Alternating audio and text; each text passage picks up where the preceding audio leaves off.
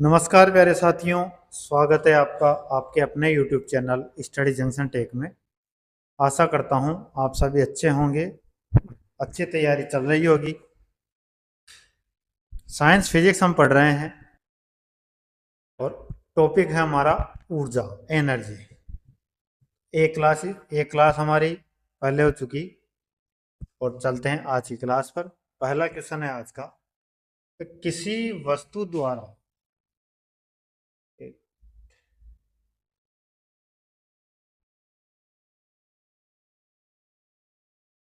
किसी वस्तु द्वारा उसकी स्थिति या विन्यास द्वारा प्राप्त ऊर्जा को कहा जाता है।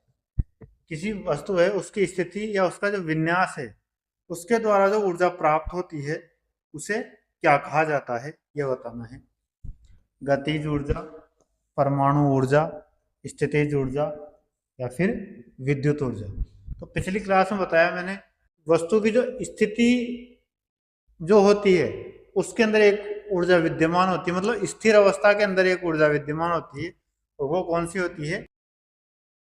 स्थितिज ऊर्जा। Option number C right answer. यदि वस्तु गतिशील है उसमें कौन सी होगी? गतिज ऊर्जा। और वस्तु अगर स्थित है तो उसमें स्थितिज ऊर्जा होगी। नेक्स्ट, गतिज ऊर्जा किसके बराबर है? जो गतिज ऊर्जा होती है वो किसके बराबर होती है? चारों में से एक ऑप्शन बताना है। 1/2 mv², mgh, mv या फिर ma। तो यह भी मैंने पिछली क्लास में बता दिया आपको। गतिज ऊर्जा किसके बराबर होती है? 12 mv²। और जो स्थितिज ऊर्जा होती है वो mgh की। ये तो है स्थितिज ऊर्जा का और ये है गतिज ऊर्जा का। गतिज ऊर्जा का पूछा गया है तो 1/2 mv²। नेक्स्ट, किसी वस्तु में वस्तु की गति के कारण कार्य करने की जो क्षमता उत्पन्न होती है उसे उस वस्तु की गतिज ऊर्जा कहते हैं। गतिज ऊर्जा की इकाई जूल है और गतिज ऊर्जा का जो फॉर्मूला है, सूत्र है, वो 1/2 mv² है। नेक्स्ट, द्रव्यमान m वाली एक वस्तु गति v के साथ स्थानांतरित हो रही है। मतलब वस्तु का द्रव्यमान तो है m और उसकी गति क्या है? v है। और वो कैसी अवस्था में है? चलायमान है, चलित अवस्था में है। और इसमें गतिज ऊर्जा k है। यदि इसका वेग 2 गुना कर दिया जाए तो इसकी गतिज ऊर्जा कितनी हो जाएगी? कोई वस्तु है, उसका द्रव्यमान जो उसकी गति वेग है वो अलग अलग है। द्रव्यमान सेम है और उसकी जो वो दे दिया गति v है और गतिज ऊर्जा k है। अभी एक कंडीशन में। तो फिर दूसरी कंडीशन में कह रहा है कि जो उसका वेग है वो 2 गुना कर दिया, तो अब गतिज ऊर्जा कितनी हो जाएगी? वेग 2 गुना होगा तो गतिज ऊर्जा भी बदलेगी। द्रव्यमान सेम है तो जो गतिज ऊर्जा होगी वो कितनी हो जाएगी? तो हम सीधा सीधा कहते हैं, मैंने पिछली क्लास में बताया था कि यदि वेग को 2 गुना कर देते हैं तो जो गतिज ऊर्जा होती है वो किसके बराबर हो जाती है? उसके स्क्वायर के बराबर। तो 2 गुना किया यहाँ पे तो 2 का स्क्वायर कितना हो जाएगा भैया? 4। तो राइट आंसर क्या हो जाएगा हमारा? 4k। Option number C. पहले से कितनी हो जाएगी? 4 गुना हो जाएगी। वेग 2 गुना किया तो गतिज ऊर्जा 4 गुनी हो जाएगी। देखो, दिया गया है गतिज ऊर्जा के बराबर 1/2 mv² होता है, सीधी सी बात है। तो प्रश्नानुसार जब वस्तु की गति 2 गुनी हो जाती है तो गतिज ऊर्जा के हो जाती है। यानी पहले तो हो गया 12 mv²। अब क्या कर दिया, जो गति इसकी v है इसको क्या कर दिया हमने? 2v कर दिया, 2 गुना कर दिया। 1/2 m वैसा का वैसे गति हो गई 2 गुनी, तो 2v का स्क्वायर। इसको सोल्व करेंगे तो 1/2 mv का स्क्वायर, ऐसे का ऐसे, और 2 का स्क्वायर 4 यहाँ आ गया। तो ये पूरा तो किसके बराबर, इस के बराबर, और 4 गुना हो गया तो कितना आ गया 4k, यानी पहले से 4 गुना। नेक्स्ट, किसी संकुचित स्प्रिंग में सामान्य लंबाई के स्प्रिंग से अधिक ऊर्जा होती है, क्योंकि स्प्रिंग संकुचित होने के कारण इनमें निम्न में से क्या होता है। स्प्रिंग में जब संकुचन होता है, उसको संकुचित किया जाता है, उसको दबाया जाता है, उसमें कौन सी ऊर्जा आ जाती है, रासायनिक ऊर्जा, स्थितिज ऊर्जा, गतिज ऊर्जा, या फिर ऊष्मीय ऊर्जा। तो जब वस्तु को दबाया जाता है, दबा के पकड़ के रखेंगे हम, तो कैसी अवस्था में होगी, वो स्थिर अवस्था में होगी। स्थिर अवस्था में होगी तो कैसी ऊर्जा होगी उसके अंदर, स्थिर अवस्था में हमेशा स्थितिज ऊर्जा, ऑप्शन नंबर बी। अब यहाँ दिया गया है संकुचित होने के कारण, यदि उसको खींचा जाता और खींच के पकड़ा जाता तो भी उसमें कौन सी ऊर्जा होती, स्थितिज ऊर्जा ही होती। और हम उसको या तो हम खींच के छोड़ रहे हैं, तो खींच के जब हम छोड़ेंगे उस समय उसमें कौन सी ऊर्जा होगी, उस समय उसमें गतिज ऊर्जा होगी। या फिर वो एक अपनी प्रॉपर स्थिति में है और हम उसको दबाएंगे, तो उसको दबाते समय, संकुचित करते समय जो ऊर्जा होगी वो भी कौन सी होगी, उसमें गतिज ऊर्जा, क्योंकि उस टाइम वो गति करेगी तो गतिज ऊर्जा। और जब उसको दबा के एक जगह रोक देंगे हम उसको, उस समय कौन सी होगी, स्थितिज ऊर्जा। नेक्स्ट, तो देखो, किसी संकुचित स्प्रिंग में सामान्य लंबाई के स्प्रिंग से अधिक ऊर्जा होती है, क्योंकि संकुचित होने के कारण स्प्रिंग में अधिक स्थितिज ऊर्जा संग्रहित हो जाती है। नेक्स्ट क्वेश्चन है, जब किसी बंदूक से गोली चलाई जाती है तो इसकी संभावित स्थितिज ऊर्जा किसमें परिवर्तित हो जाती है, गतिज ऊर्जा, यांत्रिक ऊर्जा, ऊष्मीय ऊर्जा, या फिर रासायनिक ऊर्जा। जब बंदूक से गोली चलाई जाती है तो जब तक गोली चलेगी नहीं तब तक उसमें कौन सी ऊर्जा होगी, स्थितिज ऊर्जा होगी, किसमें, गोली में। और जैसे ही वो गोली चलेगी तो जो स्थितिज ऊर्जा है वो कौन सी ऊर्जा में बदल जाएगी, तो वो बदल जाएगी सीधी सीधी गतिज ऊर्जा में। ले, क्योंकि गोली जब चलती है, बंदूक से बाहर निकलती है, तो वो क्या करती है, गति करती है, और गति करती है तो ऊर्जा कौन सी होगी उसमें, गतिज ऊर्जा।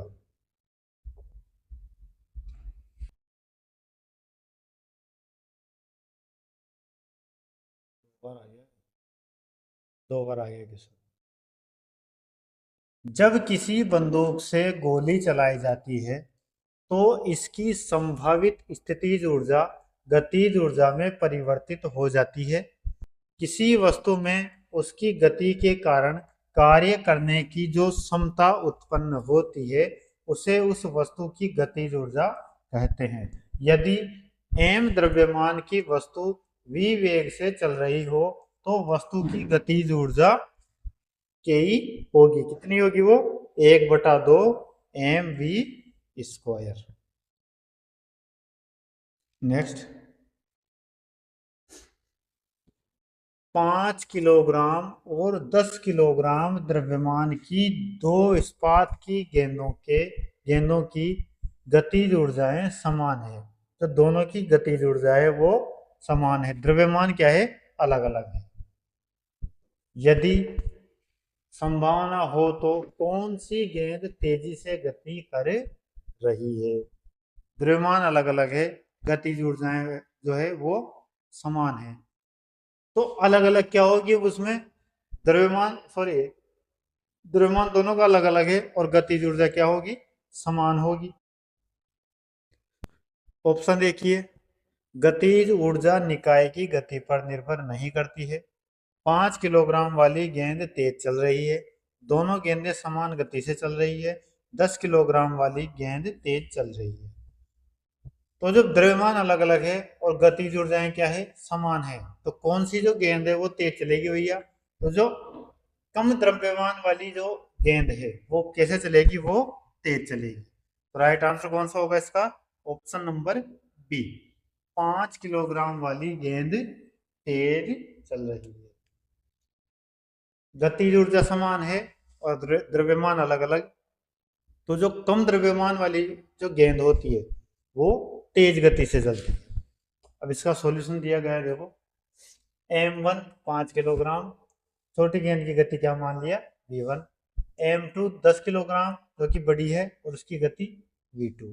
काइनेटिक एनर्जी क्या होती है, 1/2 mv²।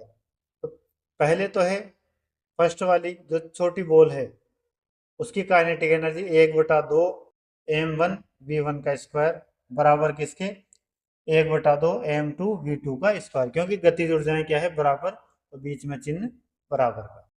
इधर m का मान दे दिया 5 और इधर m का मान 10। 1/2 गुणा 5 v1 का स्क्वायर, 1/2 गुणा 10 v2 का स्क्वायर। अब देखो 1/2 से 1/2 कट गया, 5 एकम 5 और 5 दूनी 10। तो v1 का स्क्वायर बराबर क्या बच गया, 2v2 का स्क्वायर। इन दोनों में से बड़ा कौन सा होगा, तो v1 बड़ा होगा, क्योंकि v1 किसके बराबर है, सॉरी v1 का स्क्वायर किसके बराबर है, 2v2 के स्क्वायर के बराबर। तो बड़ा कौन सा होगा, v1 होगा। अतः 5 किलोग्राम द्रव्यमान वाली इस्पात की गेंद तेज 10 किलोग्राम वाली इस्पात की गेंद से गति दोगुनी होगी, यानी 5 किलोग्राम वाली जो गेंद है वो क्या चलेगी, तेज चलेगी। और कितने वेग से, उसकी v2 से, सॉरी 10 किलोग्राम वाली जो बॉल है उससे दोगुनी गति से। स्थिति या आकृति में हुए परिवर्तन के कारण एक वस्तु में निहित ऊर्जा को कहा जाता है। उसकी स्थिति या आकृति में जो परिवर्तन होता है उसके कारण वस्तु में जो ऊर्जा निहित होती है उसे क्या कहा जाता है, वो बताना है। गतिज ऊर्जा, रासायनिक ऊर्जा, नाभिकीय ऊर्जा या फिर स्थितिज ऊर्जा, तो कौन सी कही जाएगी भैया, तो right answer option number D, स्थितिज ऊर्जा।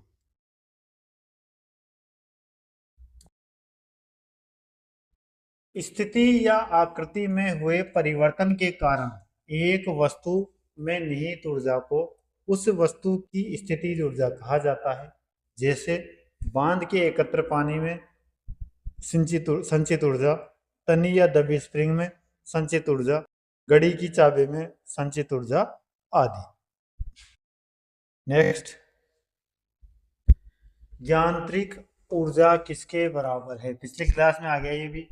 गतिज ऊर्जा प्लस रासायनिक ऊर्जा, गतिज ऊर्जा प्लस स्थितिज ऊर्जा, गतिज ऊर्जा प्लस उष्मीय ऊर्जा, गतिज ऊर्जा प्लस विद्युत ऊर्जा। तो यांत्रिक ऊर्जा किसके बराबर होगी, तो यांत्रिक ऊर्जा होती है गतिज ऊर्जा और स्थितिज ऊर्जा का योग। ऑप्शन बी राइट आंसर, गतिज ऊर्जा प्लस स्थितिज ऊर्जा। नेक्स्ट,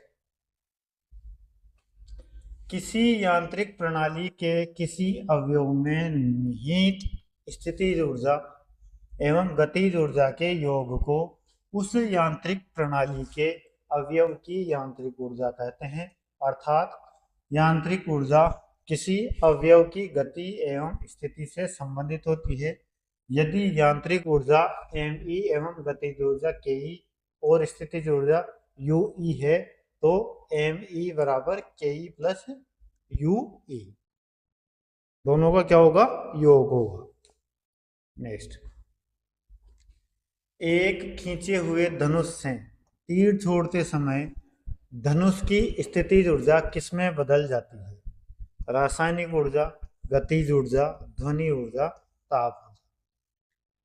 तो देखिए जब धनुष में तीर चढ़ाया जाता है उसको खींचा जाता है, तो जब जो धनुष की डोरी होती है उसको क्या कहा जाता है, उसको प्रत्यंचा कहा जाता है। तो जब उसके ऊपर बाण तीर चढ़ा के उसको जब खींचेंगे प्रत्यंचा को, खींचते उसमें कौन सी ऊर्जा आएगी, उसमें स्थितिज ऊर्जा होगी। अब जब हम उसको छोड़ेंगे वापस से, छोड़ते ही जो तीर है वो गति करता हुआ आगे बढ़ेगा। तो जब गति करता हुआ आगे बढ़ेगा उस समय उसमें कौन सी ऊर्जा होगी, उसमें गतिज ऊर्जा होगी, क्योंकि मैंने बताया कि जब तक वस्तु स्थिर है तो उसमें स्थितिज ऊर्जा होगी, और यदि वस्तु गति कर रही है तो उसमें गतिज ऊर्जा होगी। तो इस अवस्था में जो तीर है वो क्या कर रहा है, गति कर रहा है। और right answer option number B, गतिज ऊर्जा। एक तने हुए धनुष में जब तक धनुष की डोरी तनी होती है तब तक धनुष की उसकी विशेष स्थिति के कारण उसमें स्थितिज ऊर्जा संचित होती है, लेकिन जैसे ही धनुष की डोरी को छोड़ा जाता है उससे तीर को ऊर्जा प्राप्त होती है एवं वह तीव्र गति से आगे बढ़ती है। इस प्रकार धनुष की स्थितिज ऊर्जा तीर की गतिज ऊर्जा में परिवर्तित हो जाती है। नेक्स्ट, इनमें से कौन सा स्थितिज ऊर्जा का उदाहरण नहीं है? एक संकुचित स्प्रिंग, बहता हुआ जल, उठाया गया हथौड़ा, बांध में संचित किया गया जल। तो स्थितिज ऊर्जा का उदाहरण कौन सा नहीं है? देखो, संकुचित स्प्रिंग है, संकुचित करके रखा हुआ उसको, तो ये भी स्थिर है, इसमें भी स्थितिज ऊर्जा होगी। उठाया गया हथौड़ा, हथौड़े को उठाकर एक जगह पकड़ा गया है, यह भी स्थिर, तो इसमें भी स्थितिज ऊर्जा। और बांध में संचित किया गया जल, यह भी स्थिर है, तो इसमें भी स्थितिज ऊर्जा। अब गति में कौन है? तो जो बहता हुआ जल है यह गति कर रहा है, इसमें कौन सी ऊर्जा होगी? गतिज ऊर्जा। तो उदाहरण कौन सा नहीं है? बहते हुए जल का उदाहरण स्थितिज ऊर्जा का उदाहरण नहीं है। ये किसका उदाहरण है? गतिज ऊर्जा का। Option B right answer. किसी वस्तु, ठोस, द्रव या गैस की अपनी एक विशेष स्थिति, पोजीशन के कारण उसमें जो ऊर्जा निहित होती है उसे उस वस्तु की स्थितिज ऊर्जा कहते हैं। जैसे किसी संकुचित स्प्रिंग में निहित ऊर्जा एक उठाए गए हथौड़े एवं किसी बांध द्वारा उसमें संचित जल में निहित ऊर्जा आदि। स्थितिज ऊर्जा वस्तु के द्रव्यमान, वस्तु के किसी तल से ऊंचाई एवं गुरुत्वीय बल पर निर्भर करती है। यदि किसी वस्तु का द्रव्यमान m एवं यदि वस्तु पृथ्वी से h ऊंचाई पर है तो वस्तु की स्थितिज ऊर्जा P बराबर mgh जूल होती है। इसी प्रकार किसी वस्तु की गति के कारण उसमें जो ऊर्जा संचित होती है वह वस्तु की गतिज ऊर्जा कहलाती है। जैसे बहता हुआ जल, यदि वस्तु का द्रव्यमान m एवं वेग v है तो वस्तु की गतिज ऊर्जा क्या हो जाएगी? 1/2 mv² जूल होती है। नेक्स्ट, पहाड़ से गिर रहे किसी पिंड में होती है। पहाड़ से कोई पिंड नीचे गिर रहा है, उसमें कौन सी ऊर्जा होगी? गतिज ऊर्जा और स्थितिज ऊर्जा दोनों, केवल गतिज ऊर्जा, केवल घर्षण बल, केवल स्थितिज। तो पहाड़ से जो पिंड गिर रहा है उसमें कौन सी ऊर्जा होगी भैया? तो इसमें देखो, तो इसमें होगा वो कौन सा होगा? ऑप्शन नंबर ए, गतिज ऊर्जा और स्थितिज ऊर्जा। अब ये क्यों होगी? कि देखो, पहाड़ से जब कोई पिंड गिरता है, कोई पत्थर है वो पहाड़ से गिरता है तो शुरू में कैसा होता है? स्थिर होता है। जैसे वो गिरेगा तो वो चट्टानों पर टकराता हुआ आएगा, तो जिस समय वो चट्टान पर टकराएगा तो वो क्या होगा? कुछ देर के लिए वापस से स्थिर हो जाएगा, और जैसे उसके अंदर कंपन होगा वो उस जगह को छोड़ेगा और वापस नीचे गिरेगा। तो जो टकरा टकरा के गिरता है उस समय उसमें कौन सी ऊर्जा आती है? स्थितिज ऊर्जा। और जब वो गति कर रहा होता है उस समय उसमें गतिज ऊर्जा होती है। राइट आंसर कौन सा होगा? ऑप्शन नंबर ए, गतिज ऊर्जा और स्थितिज ऊर्जा दोनों। यदि किसी वस्तु में कार्य करने की क्षमता उसकी गति के कारण है तो वह गतिज ऊर्जा होती है, तथा जब किसी वस्तु में किसी विशेष दशा या स्थिति के कारण कार्य करने की क्षमता होती है तो उसे स्थितिज ऊर्जा कहते हैं। इसमें कौन सी है? यही है, उसमें विशेष दशा है इसके अंदर। किसी ऊंचाई से गिरती हुई वस्तु अथवा पहाड़ से गिरते हुए किसी पिंड में गतिज तथा स्थितिज दोनों प्रकार की ऊर्जा होती है।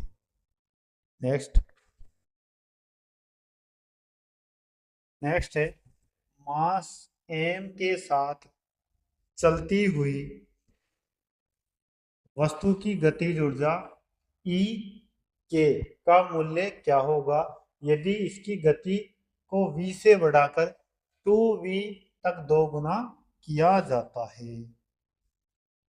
तो अभी पहले बताया था मैंने, गति को बढ़ाकर कितना कर दिया, 2 गुना कर दिया। द्रव्यमान क्या है, समान है, तो जो गतिज ऊर्जा होगी वो कितनी हो जाएगी, तो वह उसकी 4 गुनी, क्योंकि स्क्वायर होता है तो 2 गुना कर रहे हैं वेग को 2 गुना, तो गतिज ऊर्जा कितनी, 4 गुना होगी। तो राइट आंसर कौन सा हो जाएगा, ऑप्शन नंबर बी, पहले वाली की 4 गुना, 4 के। पहले कितनी, 1/2 mv², वेग को 2v कर दिया, तो 2v का स्क्वायर कितना हो जाएगा, 1/2 m 4v²। ये 4 इधर ले लिया हमने आगे, ये देखो यहाँ 4 आगे ले लिया, ये यहाँ क्या बच गया, पहले वाला ई का मान, सॉरी ई के का मान 1/2 mv², कितना हो गया, इसका कितना, 4 गुना। Right answer option number B. Next, 2 kilogram के एक द्रव्यमान वाली एक वस्तु ऊपर की ओर 20 मीटर प्रति सेकंड के प्रारंभिक वेग से फेंकी जाती है। 2 सेकंड बाद उसकी गतिज ऊर्जा कितनी होगी, जी का मान दिया गया है 10 मीटर प्रति सेकंड स्क्वायर। तो देखो क्या क्या दिया है इसमें, द्रव्यमान दिया है, प्रारंभिक वेग दिया है, टाइम दिया है, और जी का मान दिया गया है। इसमें कौन सा फॉर्मूला लगेगा, तो जो न्यूटन का प्रथम नियम है, V बराबर U माइनस GT। वस्तु ऊपर की ओर फेंकी जा रही है तो कौन कौन क्या आएगा यहाँ पे, G, और वस्तु यदि पृथ्वी के समांतर चलती है तो कौन सा आएगा, AT। तो U का मान कितना है, U का मान 20 है, तो V बराबर 20 माइनस जी का मान 10 गुणा टी कितना दिया गया है, 2, तो V बराबर 20 माइनस 20, तो कितना हो गया, 0। अब V का मान क्या हो गया, 0। तो क्या पूछा था हमें, गतिज ऊर्जा पूछी थी, तो गतिज ऊर्जा का फॉर्मूला 1/2 mv², 1/2, द्रव्यमान दिया गया था कितना हमें, 2 किलोग्राम, गुणा V कितना आया, 0, 0 का स्क्वायर 0, और 0 को किसी से भी गुणा करेंगे तो पूरा 0 होगा। तो राइट आंसर कौन सा होगा इसका भैया, 2 सेकंड बाद जो उसकी गतिज ऊर्जा होगी वो कितनी होगी, 0 जूल होगी। Option number B right answer. देखो न्यूटन के गति के प्रथम नियम के अनुसार V बराबर U minus G T, U बराबर 20, T बराबर 2, G का मान 10, तो V बराबर कितना, 20 माइनस 10 गुणा 10, V का मान 0, और गतिज ऊर्जा का फॉर्मूला 1/2 mv² से 1/2 गुणा 2 इंटू 0 का स्क्वायर, तो पूरा कितना हो गया, 0 जूल हो गया। चलो आगे। नेक्स्ट, 5 मीटर प्रति सेकंड की गति से गतिशील 22 किलोग्राम वजन वाले वस्तु की गतिज ऊर्जा कितनी होगी। 5 मीटर प्रति सेकंड, गति कितनी दे रखी है भैया, 5 मीटर प्रति सेकंड दे रखी है।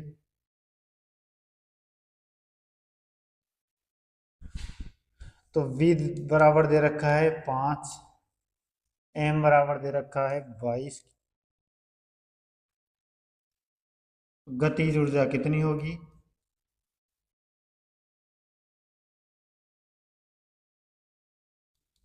एक बटा 2 mv² से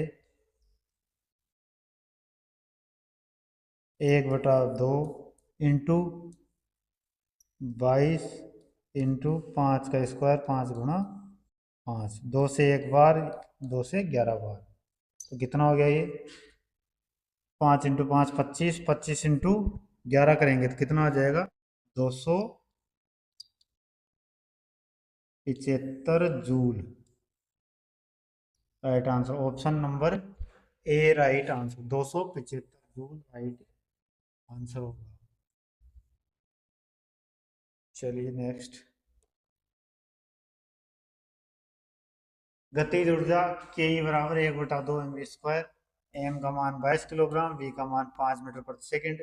1/2 गुणा 22 गुणा 5 गुणा 5, 1/2 गुणा 550 और 2 से 550 275 बार, 275 जूल राइट आंसर। गिरते हुए नारियल में होती है नाभिकीय ऊर्जा, ध्वनि ऊर्जा, गतिज ऊर्जा, रासायनिक ऊर्जा। तो जो गिरता हुआ नारियल है, वो नारियल ऊपर से गिर रहा है, कौन सी ऊर्जा आएगी उसके अंदर भैया? ऊपर से गिर रहा है वो, तो बिना किसी रुकावट के गति कर रहा है, तो कौन सी ऊर्जा हो जाएगी? Right answer option number C, गतिज ऊर्जा। Option number C right answer. यदि ये भी पत्थर की तरह टकरा टकरा कर अगर गिरता तो कौन सी होती? इसमें दोनों प्रकार की ऊर्जा होती है। यहाँ कौन सी हो जाएगी? गतिज ऊर्जा। किसी वस्तु में कार्य करने की क्षमता यदि उसकी गति के कारण होती है तो उसे गतिज ऊर्जा कहते हैं। उदाहरण, ऊंचाई से गिरती वस्तु, बहता हुआ पानी, बहती हुई हवा, घूमता हुआ पहिया आदि में गतिज ऊर्जा होती है। और गतिज ऊर्जा बराबर 1/2 mv²। तो ये थी हमारी आज की क्लास। आज की क्लास को यहीं समाप्त करते हैं। क्लास की पीडीएफ हमारे Telegram channel study junction tech पर मिल जाएगी, जहां से आप पीडीएफ प्राप्त कर सकते हैं और अपने तैयारी को और अधिक बेहतर बना सकते हैं। धन्यवाद।